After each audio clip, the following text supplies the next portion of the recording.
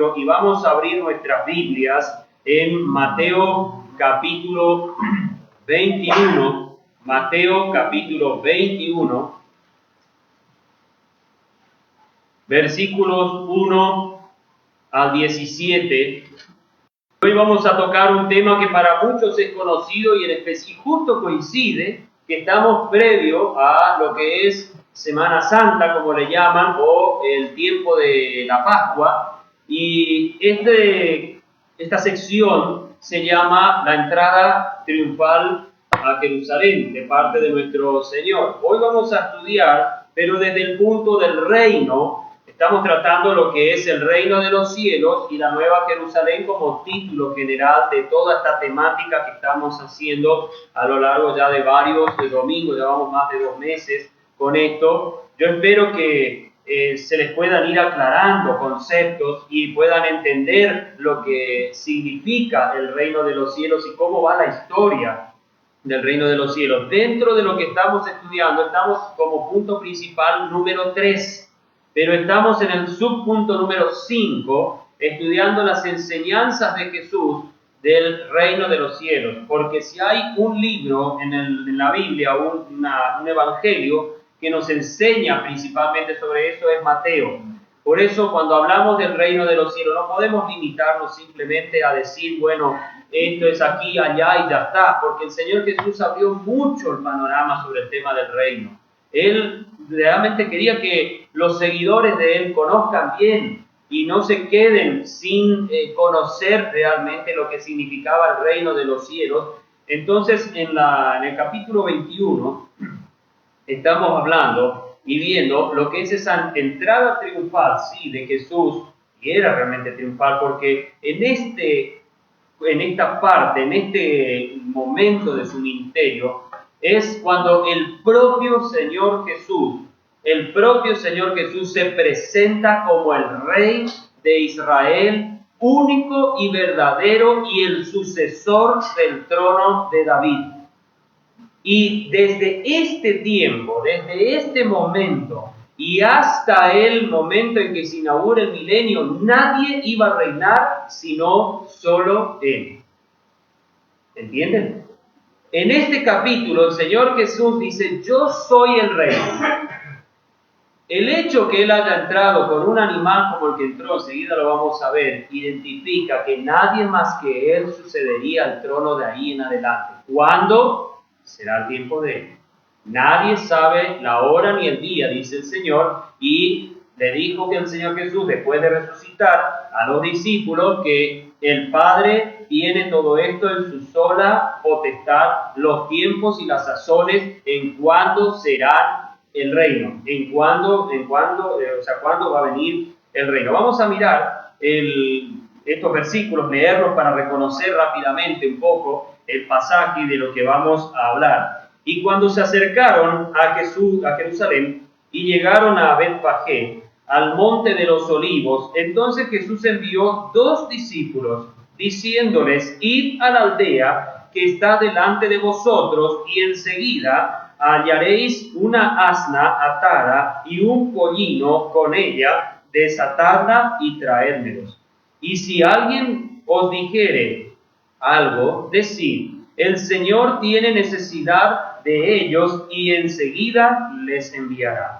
Y todo esto aconteció para que se cumpliera lo que fue dicho por el profeta, que dijo, decid a la hija de Sión, he aquí tu rey viene a ti, manso y sentado sobre una asna y sobre un pollino, hijo de animal de yugo. Y los discípulos fueron e hicieron como Jesús les mandó. Trajeron el asna y el pollino y pusieron sobre ellos sus mantos, y él se sentó sobre ellos. Y la multitud, que era muy numerosa, tendía sus mantos en el camino, y otros cortaban ramas de los árboles y las tendían en el camino. Y las multitudes que iban delante de las que iba detrás aclamaban diciendo, Hosana al Hijo de David, bendito el que viene en el nombre del Señor, Hosana en las alturas. Y cuando entró el en Jerusalén, en Jerusalén, toda la ciudad se alborotó diciendo, ¿quién es este?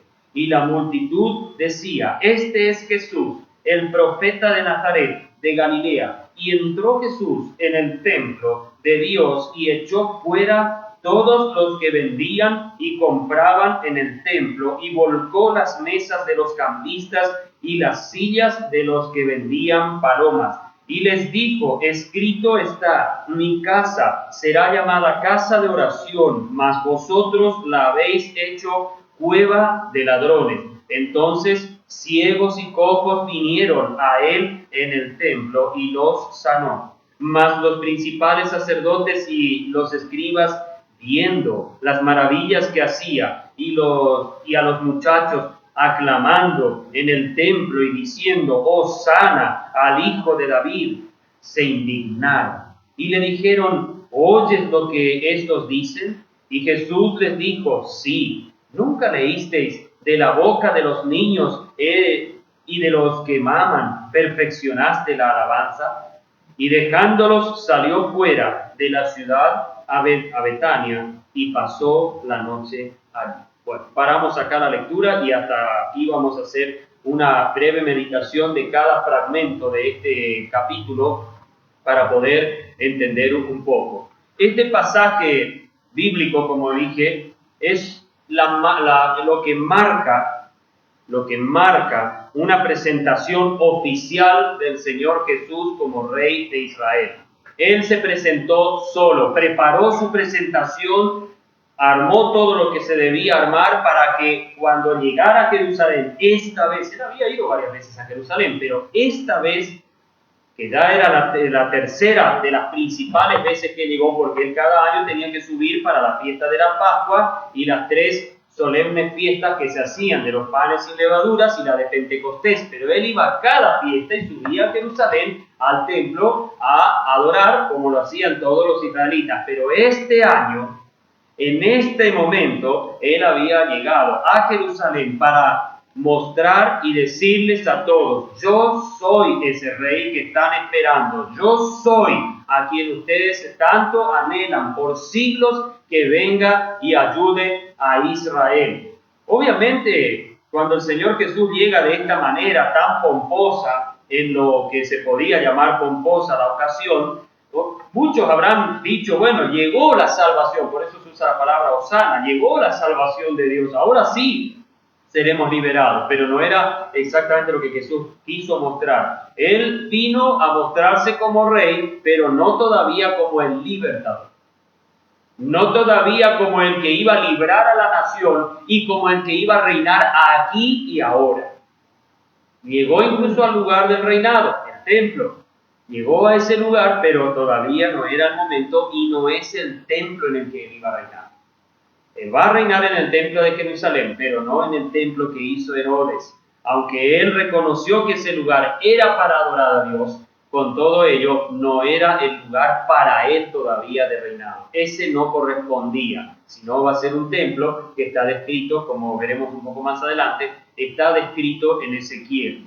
Ahora, nosotros vamos al versículo, bueno, primero comienza que él estaba acercándose a Jerusalén y llegaron a una aldea que se llamaba Betfagé, que está prácticamente cercana al Monte de los Olivos. Hoy el Monte de los Olivos en Jerusalén es parte de la ciudad, prácticamente la ciudad se extendió hacia ese lugar y no es que es algo separado como era en el tiempo de Jesús. En el tiempo de él, el monte era algo que se veía muy lindo, muy hermoso, lleno de olivos, por eso se llamaba el Monte de los Olivos, muy arbolado, era todo un sistema de huertos que había en ese lugar, y a la gente le gustaba subir a esa zona para ir y ver el paisaje y de paso hacer un tiempo de descanso, de meditación. De hecho, el Getsemaní estaba en esa zona, en ese lugar. La palabra Getsemaní significa opresión, era donde se comprimía el olivo y se hacía el aceite. A ese lugar había también subido Jesús a orar y a sufrir la agonía por nuestros pecados en ese tiempo, en sus 3 oraciones. Ahora, él llega a ese monte y obviamente lo que primero se ve de ese monte es Jerusalén, ese lugar que se iba a ver. Ahora, desde ahí, el Señor Jesús le dice a ellos: vayan a la aldea que está delante de vosotros, que era Betfagé, y enseguida hallaréis una asna atada y un pollino con ella. Desatadla, y traedlos. Y si alguien os dijere algo, decid: el Señor tiene necesidad de ellos, y enseguida los enviará. Ahora, hay algo importante porque el Señor Jesús da una orden puntual. Váyanse a la aldea, van a encontrar, ya estaba ahí, todo preparado, estaba una asna. No sé si saben qué es una asna, si conocen a este animal, es una mezcla de burro y caballo, y tenía un pollino, tenía una cría. Ahora, cuando en la antigüedad los futuros reyes, el príncipe que iba a ser el heredero del trono, cuando el rey quería anunciar, quería hacer ver que este va a ser el futuro rey, lo que se hacía era colocarle a ese príncipe en un pollino o en una asna, en un burro, siempre preparado, muy lindo, a veces de color blanco, pero se le colocaba en un animal de este tipo, y a veces, si no iba solo, venía alguien que iba llevándole a ese burrito, y pasaban por toda la ciudad y hacían saber que ese va a ser el príncipe. No montaban un caballo como el rey, pero sí montaba en un pollino, en un burrito o en una asna, un asno, y se iba y se le paseaba por toda la ciudad para que todo el pueblo supiera: este va a ser el próximo rey. Jesús, entendiendo que esa era la costumbre antigua ya, no solo en Israel, sino que también era una costumbre en muchas naciones, en muchos imperios, que se utilizaba para dar el anuncio oficial. Esto se hacía una sola vez, no se hacía ni 2, ni 3, ni 4. Se hacía una sola vez, y siempre se hacía previo a los días en que el rey posiblemente estaba para morir o estaba muy enfermo y no iba a poder seguir el reinado. Entonces él claudicaba, o sea, cesaba su reinado y lo daba al príncipe heredero, en este caso, que podría ser su hijo o podría ser una persona que haya sido de beneficiaria del rey, porque había reyes que no tenían hijos, entonces cambiaba la dinastía y comenzaba por otro lado. Así que de esta forma se le presentaba a Jesús, como se iba a presentar como el futuro rey de Israel. Entonces hizo lo mismo, tomó esa costumbre que tenían los pueblos de todas las naciones. En la misma Israel se practicaba y se hacía cuando él se sube a este animal de carga, cuando él sube ahí. Esto enseguida llama la atención de todos, porque los discípulos inmediatamente, pues no les dijo: pongan los mantos sobre el asna, sobre el animal de carga. Agarren y colóquenlo y dale, porque yo ya voy a entrar. No, sencillamente lo que ellos, al ver lo que hizo Jesús, al ver que Jesús pidió eso porque iba a entrar en eso a Jerusalén, se dieron cuenta de lo que estaba pasando. Obviamente que ellos sabían que él era el rey, ellos sabían que él era el Mesías, ya habían creído en esto, ya para esta época ellos habían avanzado mucho en el ministerio de nuestro Señor Jesús. Ahora, el Señor Jesús lo dijo en una forma soberana. No solo les dijo a ellos que vayan a buscar, sino dijo que les van a dar. Él no fue a pedirles esto, no fue a hablar con ellos. Sencillamente les dijo: ustedes vayan y busquen, no se preocupen, ustedes solo digan: el Señor lo necesita, o el Señor tiene necesidad de ellos, y ellos le van a dar. En esa fe, en esa confianza, se fueron los discípulos a buscar esta asna con su pollino. Llegaron ahí, llevaron, seguramente capaz el dueño o los dueños del animal de carga habrán dicho: ¿qué están haciendo? Y el Señor lo necesita. El Señor tiene necesidad de ellos. Listo, adelante, lleven nomás. ¿Qué tal si usted está en su casa un día o está su auto ahí afuera y viene alguien nomás y viene y abre nomás su auto y ya se sube? ¿Qué está haciendo? El Señor lo necesita. No, a ese llama a la policía y denúncielo, porque ya el Señor no va a necesitar tu auto. Pero entendemos lo que esta gente tenía que tener una gran fe para confiar. Posiblemente el Señor de alguna manera reveló a los dueños que el Señor iba a pedir eso, que Él iba a necesitar. O era gente que tenía una vida espiritual muy consagrada al Señor, muy devota a las cosas del Señor, y entendió y sabía que si el Señor Jesús lo pedía, era un honor dársele la asna y el pollino. Posiblemente eran gente de buena vida espiritual. A veces no vemos esos detalles en un pasaje, lo leemos así, que venga como venga. Pero a veces pensando un poco en la circunstancia de lo que está pasando, uno dice, qué lindo era ver que en el tiempo del Señor Jesús había gente que verdaderamente aprendió a creer en Jesús, pero a la vez aprendió a amar a Jesús. Porque una asna, y más si tenía un pollino, era el futuro, la futura posibilidad de materia, de elemento de fuerza para el trabajo. Las asnas eran animales, o son animales fuertes, son animales que son un poco rebeldones a veces, pero son animales fuertes y que pueden por mucho tiempo caminar. Ellos no corren como un caballo, pero caminan y caminan y caminan y van y no se cansan. Pueden andar entre las montañas, por ahí al caballo le cuesta más, pero las mulas no tienen problema de andar, o los burritos no tienen problema de andar por las montañas. Aquí mismo nosotros podemos ir a las montañas de la cordillera y vamos a ver burros por ahí, pero pocos caballos. Pero vamos a ver muchos burros o algunas mulas que andan por ahí porque ellos están acostumbrados y no tienen drama. Y ustedes saben que dicen que la mula, cuando va caminando y aunque va alguien montado sobre ella, dice que ellos nunca van a dar un paso si no están seguros. Si sienten que el pie se les puede desmoronar, ellos palpan hasta que sienten que hay firmeza y ahí caminan. Ahí van. Interesante, la naturaleza con la que Dios les hizo a estos animales, pero van siempre caminando a paso firme y seguro. Aunque caminan despacio, a veces no van tan rápido, pueden correr un poco de tiempo las mulas, pero no mucho. Pero Jesús dio una orden y se cumplió. Esto implica que el Señor Jesús hizo uso de su soberanía. Él, si se iba a presentar como rey, se tenía que presentar también como un soberano, como alguien que cuando habla se le obedece. Los discípulos hicieron esto y ningún problema tuvieron, se les entregó el pollino. Y todo esto, dice, aconteció para que se cumpliera lo que fue dicho por el profeta que dijo. Este profeta que habló de esto es Isaías. En el capítulo 62 de Isaías, versículo 11, se declara esta profecía: decid a la hija de Sión, he aquí tu rey. Por eso es importante entender lo que quiso hacer Jesús en la entrada triunfal. He aquí tu rey viene a ti, manso y sentado sobre una asna y sobre un pollino, hijo de animal de yugo.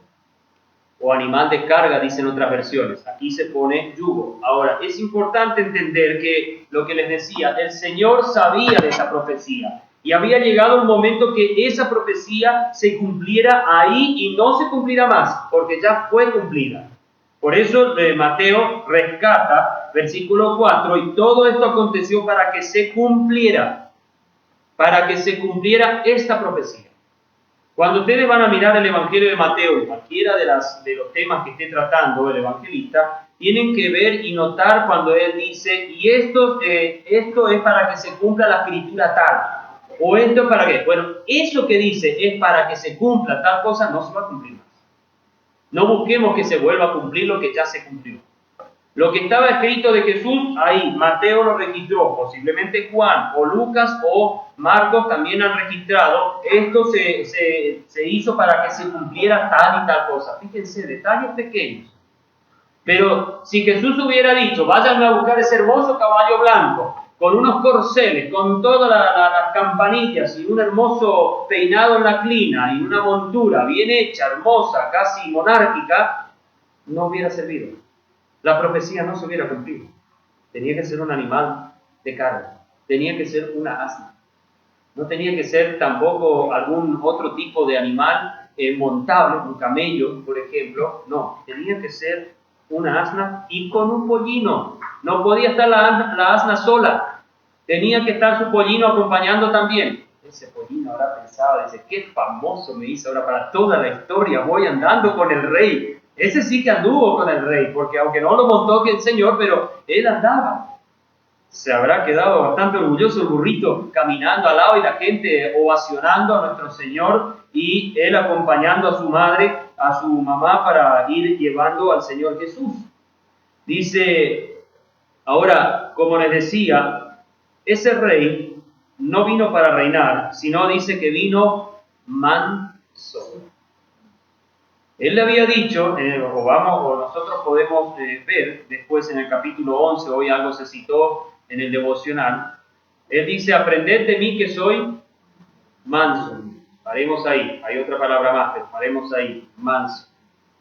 El Señor Jesús no vino para, repito, no vino para reinar. Cuando los reyes en la antigüedad, cuando los príncipes, perdón, en la antigüedad iban y montaban un asno o montaban un burro para ser presentados ante la ciudadanía y ante el país, porque a veces esta ceremonia duraba varias semanas porque iban pueblo por pueblo mostrando al príncipe. Cuando el Señor hace esto, Él sabía que Él no iba a entrar a Jerusalén en un caballo como el rey. Él iba a entrar para ser el rey. Él ya estaba declarado desde el Antiguo Testamento y a través de las profecías como rey, pero todavía no llegó la hora. No es el momento, por eso dice como rey manso. Repite otra vez, sobre un animal de carga, porque no era el momento de reinar. Lamentablemente la población que lo siguió y lo ovacionó no entendió esto. No captó esa idea y pensaron que ya Jesús se sentaría en el trono.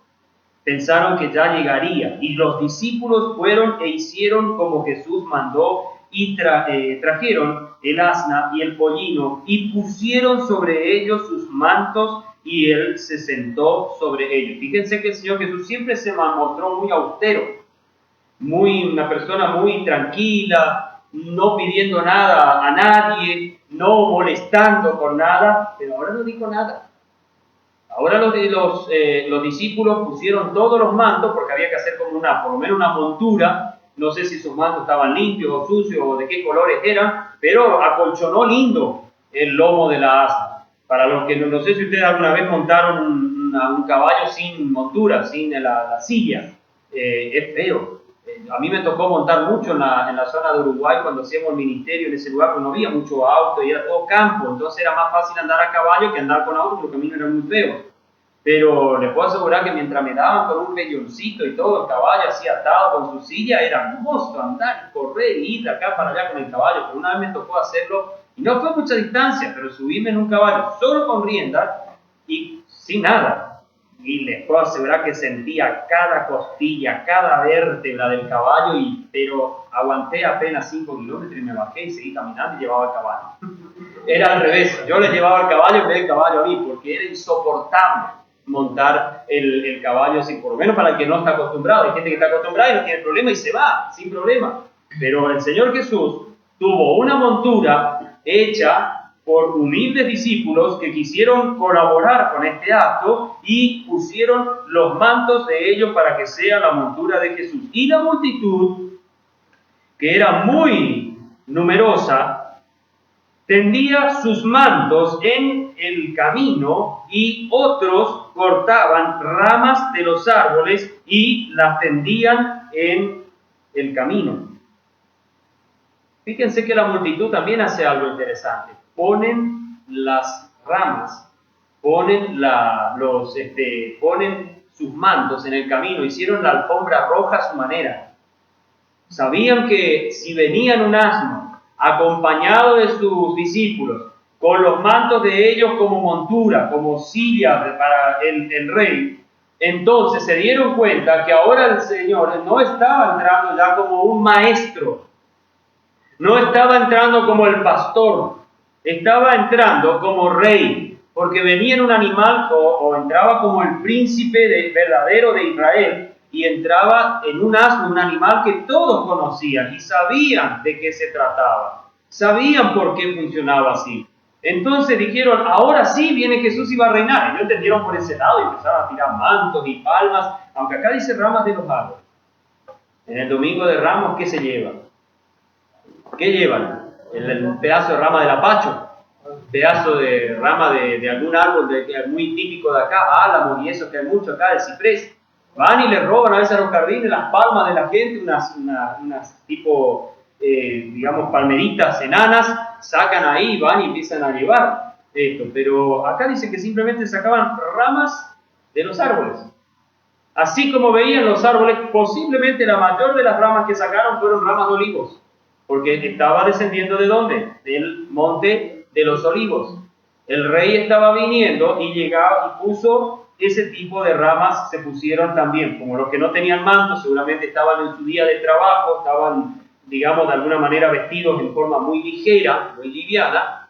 Entonces empezaron a sacar ramas porque de alguna manera había que recibir al rey, ni que sea con ramas de árboles, pero poner algo que el animal no pise la tierra, no pise las piedras, no pise, que vaya limpio, que vaya acolchonado el camino hasta Jerusalén. Sea de la manera que sea, lo hicieron.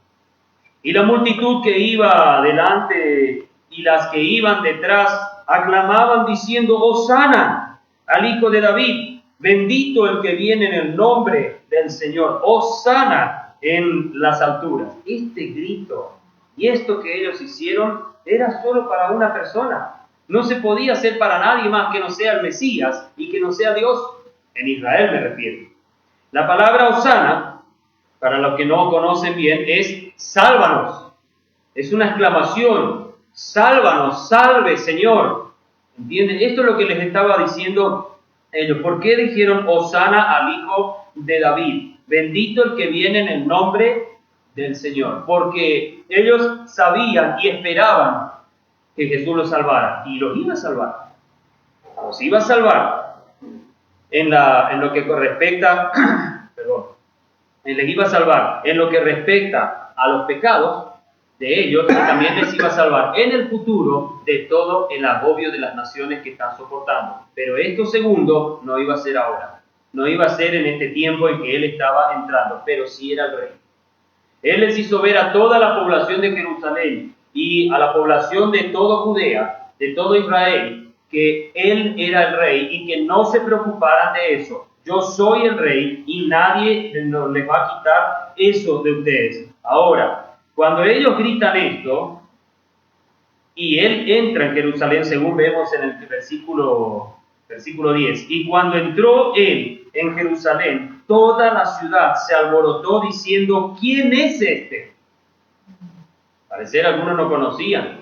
Posiblemente los que habían venido para la fiesta de la Pascua, que estaban acercándose a Jerusalén y que no eran gente que vivía. Recuerden que Jesús, cuando hizo su ministerio, no salió de Israel.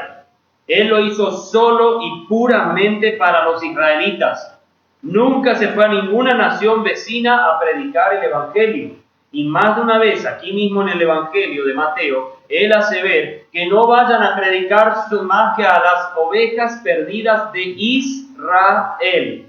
No había que ir a los países vecinos como Tiro y Sidón, bajar hacia abajo, hacia la zona de Idumea, o irse hacia el oeste, suroeste, hacia la zona de Egipto y otros países que estaban en esos lugares. En ningún otro lugar había que ir, solo en Israel. ¿Qué pasaba cuando llegaban? Habían años, después de lo que fue el cautiverio, habían años en que se hacía un llamado a todos los israelitas del mundo, de las naciones que vengan, porque iban a haber fiestas especiales y se iba a dar tiempo. Entonces muchos israelitas, como por eso, cuando ustedes van, y aquí tenemos que ver este contexto en donde está el capítulo 21, recuerden que, según se dice, él entra el domingo anterior al día de la resurrección a Jerusalén, o el lunes. Ahora, cuando él entró, recuerden que él llega y estaba cerca otra fiesta, ya no estaba muy lejos, y era la fiesta de Pentecostés de ese año. ¿Y qué pasó en esa fiesta de Pentecostés? ¿Se acuerdan? Vino el Espíritu Santo. Habían pasado los 50 días desde la Pascua, y esos 50 días era el día de la fiesta de Pentecostés. Era una fiesta solemne de Jerusalén. Y ustedes van a ver que cuando Pedro predica el Evangelio por primera vez a todos los israelitas. ¿De dónde estaban todos los israelitas? ¿Qué dijeron cuando escucharon que en cada uno de sus idiomas se estaba dándoles el Evangelio? Se admiraban, dice, se maravillaban porque escuchaban la palabra de Dios en el idioma, en la lengua que habían nacido. Esta fiesta de la Pascua que se estaba organizando ese año en que Jesús entra como rey y que entra en forma triunfal a Jerusalén, era un año especial en donde se había hecho una convocatoria internacional a todos los israelitas de todos los tiempos, que ese año no se festeje la Pascua en sus lugares donde ustedes están, sino que vengamos todos al templo. Obviamente esa convocatoria tenía otro fin. El Señor Jesús le descubrió a toda la población y les dio a entender a los líderes de Israel la macana que se mandaron con la limpieza del templo. Pero esperen un poco que lleguemos ahí. Hermanos, en esta presentación del Señor Jesús como Rey, Él se estaba presentando ante todos los israelitas del mundo que habían llegado a Jerusalén de diferentes partes del mundo. Esto no fue, por así decir, una ocasión más y común del corriente. El Señor Jesús hizo esta presentación ese año, en esa Pascua, en ese momento, porque ese era el año en que todos los israelitas de diferentes partes del mundo sabrían quién es Jesús y quién era el rey. Por eso preguntaron, ¿quién es este? ¿Quién es ese que está entrando? No sabemos por qué tanta ovación a esta persona, pero ¿de dónde salió él? Y ahí viene la respuesta. Y las multitudes, versículo 11, y las multitudes decían, este es Jesús, el profeta de Nazaret, de Galilea. Ahí llegó la respuesta para toda esa gente que no conocía en persona a Jesús. Repito, Jesús no salió más que de Jerusalén, o sea, más que de Jerusalén a las ciudades de Israel. Hasta ahí fue su ministerio. Nunca se fue a ciudades donde vivían israelitas a predicarles el Evangelio. Pero también en lo que le dice el ángel a José cuando él quería dejarle a María porque no quería infamarla, él dice, porque él salvará a su pueblo ¿de qué? A su pueblo de sus pecados. ¿Entienden? Entonces, para que todo ese pueblo de él pueda ver el sacrificio verdadero por los pecados, al Cordero de Dios que quita el pecado del mundo, tenía que verlos todos y conocerlos todos. No solo los israelitas de Israel, sino los israelitas helenistas o de la diáspora, los que se habían criado y vivido en otras naciones después del año 160 a 170, cuando se hizo la diáspora por el problema de Antíoco Epífanes, que hizo que muchos huyeran a diferentes lugares del mundo. Después que pasó eso, muchos israelitas no volvieron más a Israel, pero nacieron en esos lugares, se criaron en esos lugares, pero mantenían las tradiciones, las fiestas y todas las costumbres israelitas a donde estaban. Pero ese año habían llegado. Por eso Jesús se presentó como el Rey a todo ese pueblo que vivía, y para los que no vivían en Israel, se presentó como el Rey, como el que cumple la profecía de Isaías 62:11. Todos los que iban a ver ese acto, esa algarabía, y que iban a vislumbrar toda esa entrada del Señor Jesús, era gente que ya no se iba a ir de la misma manera a su casa. Iba a cambiar todo para ellos. Porque todos ellos también iban a presenciar que aunque Él hacía una semana entró triunfalmente murió también en la cruz.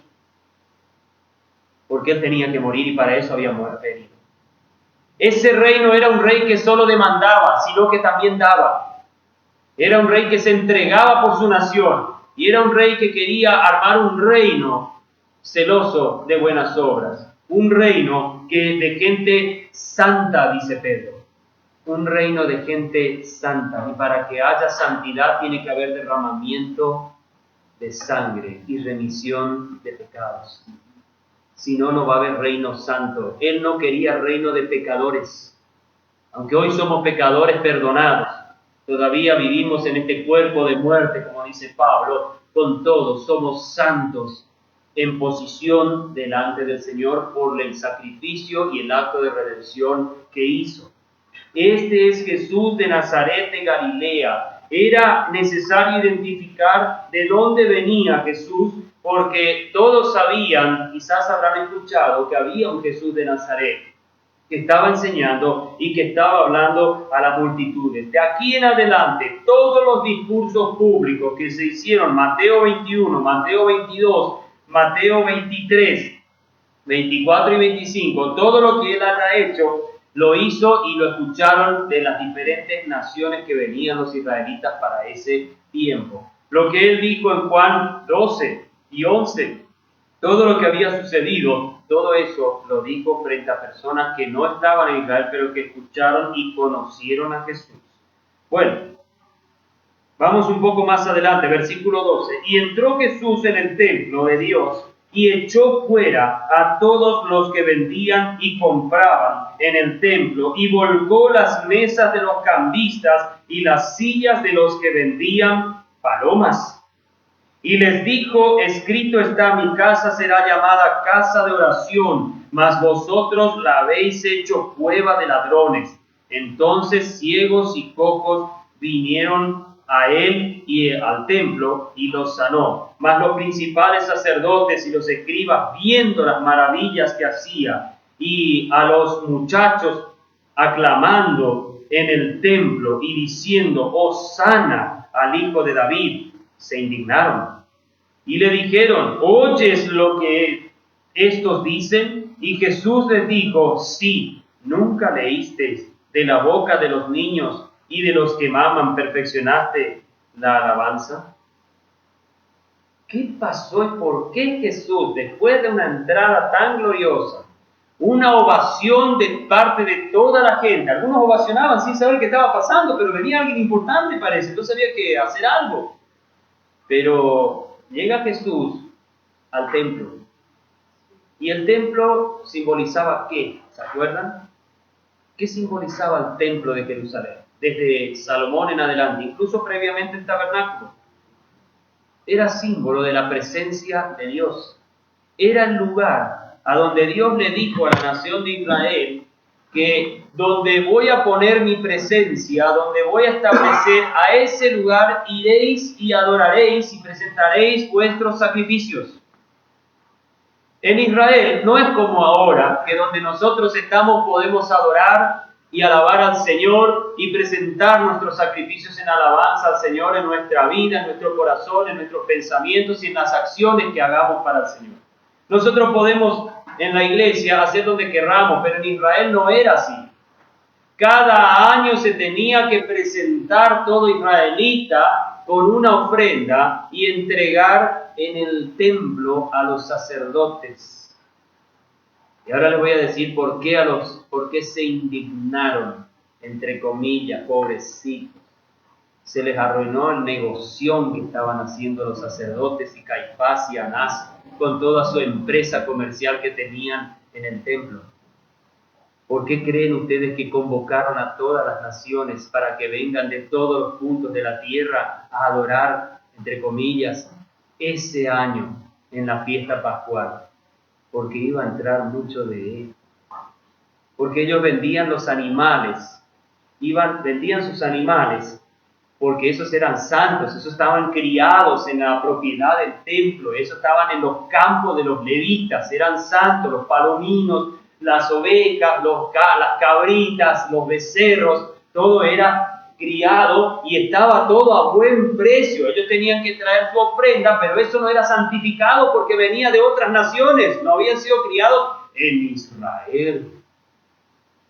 Vieron que hay una iglesia que le trae pedazos de la cruz de Israel, le trae aceite de oliva de Israel, le trae sal del mar muerto y le trae todo porque de Israel viene la santidad. ¡Wow! Ahí hay que hacer. Esta semana tenía que exponer en un grupo internacional de WhatsApp de teología y uno de los temas que se estaban haciendo, que para los que estuvieron en Salvo por Gracia escuchando los audios, el hermano César compartió esos audios en ese grupo. Y están las llamadas Biblias mesiánicas. Una se llama el Código Real y la otra se llama Kadosh. Los caballeros que hacen estas Biblias, ellos dicen que esas son las únicas Biblias verdaderas porque vienen del hebreo puro, tanto el Antiguo y el Nuevo Testamento. El Nuevo Testamento fue escrito en griego originalmente, nunca fue escrito en hebreo, nunca fue inspirado en hebreo. Pero ellos dicen que sí. Nunca comprobaron de dónde sacaron las copias, pero ellos dicen que sí. Pero ahí está el famoso Daniel Hernández o David Ben Abraham y también Diego Akunce con la Biblia Kadosh. Ahora, hermanos, les voy a decir algo. Si usted cree que hoy Israel tiene santidad, está re equivocado. Hoy Israel es una tierra pagana, inmoral, hay homosexualidad, hay libertinaje, hay sexomanía por todos lados, borrachera. Es un país como cualquiera. Porque hoy Israel solo es la higuera que ha florecido y ha brotado, no es todavía el olivo y la vid. Todavía no está en el estado de vid y olivo. El estado de la vid es el reinado de Dios sobre Israel, es la dependencia de Israel y la relación espiritual que tiene Israel con su Dios, la vid. El estado de olivo es el aspecto sacerdotal de la nación y de donde se hace la adoración verdadera. En ese estado todavía Israel no está. Ellos están separados de Cristo hoy en día. Jesús dijo en Juan 15, separado de mí nada podéis hacer. La nación se levantó como la higuera nomás. El estado social y político de la nación. ¿Entienden? Pero si a usted le viene la famosa iglesia allá del centro a decirle que venga a caminar por el camino de sal del Mar Muerto, sí puede ser que sea, es cierto, puede ser que voló a alguno de los pastores o de los diáconos o alguien y se trajo bolsadas en el avión o en el barco llenas de sal del Mar Muerto. ¡Ah!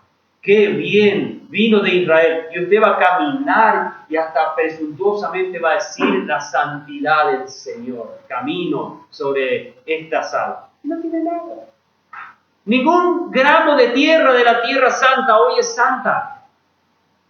Es la nación de Dios, sí, no cabe duda. Es el pueblo de Dios, no cabe duda. Pero no hablemos pavadas, hermanos. No hablemos tonterías respecto a esto. El que a usted le traigan algo de Israel, qué lindo recuerdito. Cómprelo si quiere para tener de recuerdo, pero nada más. No le santifica y no le da más vida espiritual para nada. Ninguna bendición, ni chiquita siquiera le da. ¿Entendemos, hermanos? Esta gente, estos chantas de sacerdotes que tenía Israel en el tiempo de Jesús, eran gente que lo único que pensaba era en el dinero. Lo único que pensaba era en ofrecer, nosotros somos los santos, nosotros tenemos todo. De esa manera cautivaban y sometían a una locura a la gente. Jesús, ¿por qué creen ustedes? Porque se le ocurrió, nomás se agarró y empezó a tirar a la mesa de los cambistas, porque hasta eso tenían que hacer. A ellos venían con las monedas persas, con las monedas griegas, con las monedas romanas. No, acá tenemos que hacer el cambio. Vieron como los arbolitos que están en el centro, tienen que ir a hacer el cambio, porque si no, usted no puede hacer esto o aquello, ¿vio? ¿Entendemos? Ellos tenían que hacer, eran los cambistas, estaban ahí cambiando ciclo por moneda de tal y tal, ciclo por moneda de oro, lo que sea. Entonces, el ciclo era la moneda de Israel. Entonces, ellos de esa manera hacían, bueno, ¿qué traes? ¿Cuánto tenés? Tengo tantas monedas de oro, bueno, equivale a tanto ciclo. La manera de ellos, como se la tocaba nomás era el tema. No es que eso había un estándar de cambio. Bueno, nosotros hoy tenemos el blue, el turista, el empresario y tenemos el oficial. Ya tenemos como 4.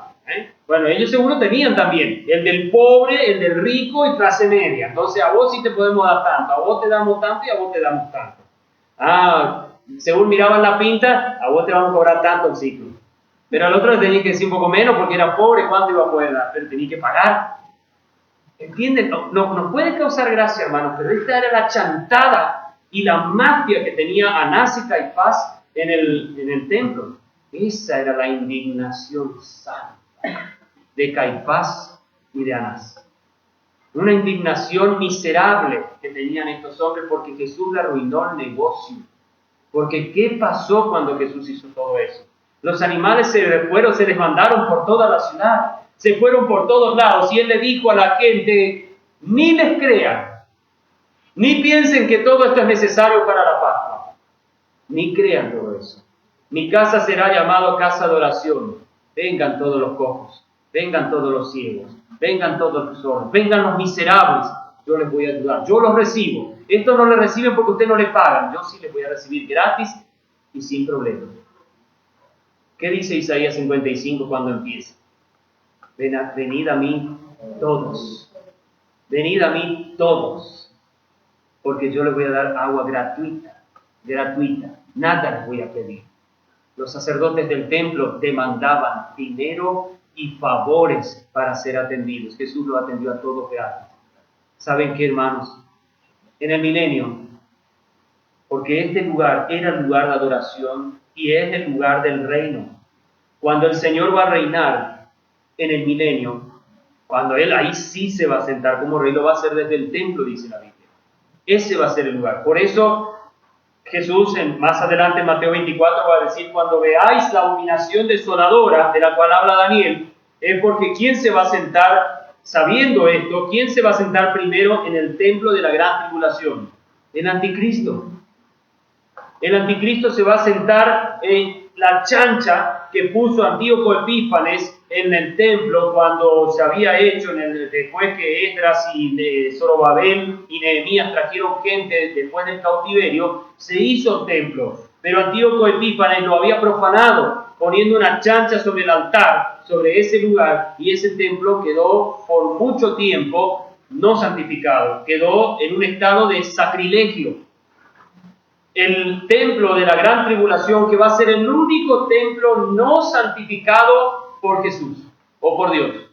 El primer templo fue santificado con la gloria de Jehová. El segundo templo, que lo había hecho Zorobabel, Josué, y también con la ayuda de Esdras y todo el pueblo que había venido, habían hecho ese segundo templo que fue ampliado también por Herodes el Grande, y era este templo al que había llegado Jesús. Ese templo, que podemos decir el segundo, de alguna manera también fue bendecido por Dios por dos actos.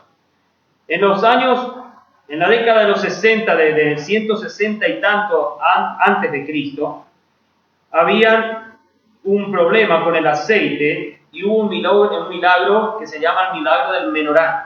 Por eso nació en Israel la fiesta de Hanukkah, la fiesta de las luces. Como no tenían, era un aceite santo, un aceite con mucha santidad, el que se preparaba para poner en las luminarias adentro del lugar santo.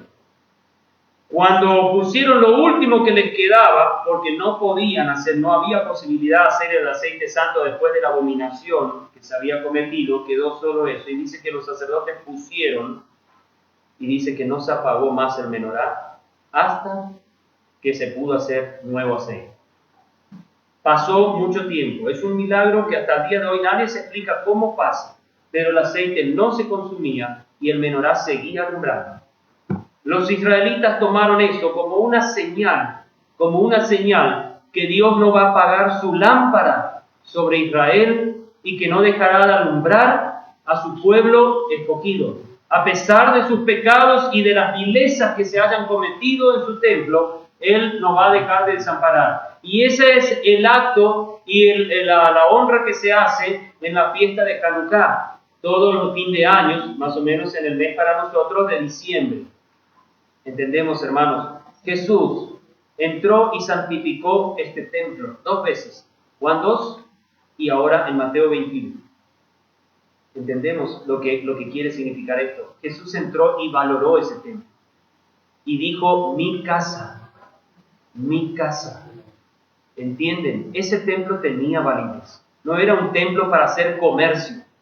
Cuidado con eso, hermanos. Cuidado. Aprendamos a valorar la obra de Dios. Y sepamos que sí estamos bajo el Rey.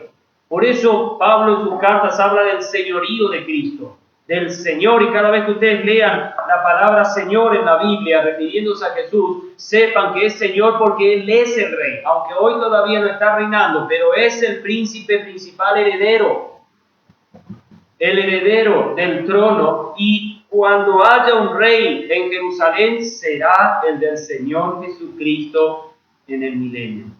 Desde esta entrada triunfal hasta hoy, Jerusalén no tuvo rey. Israel no tuvo rey.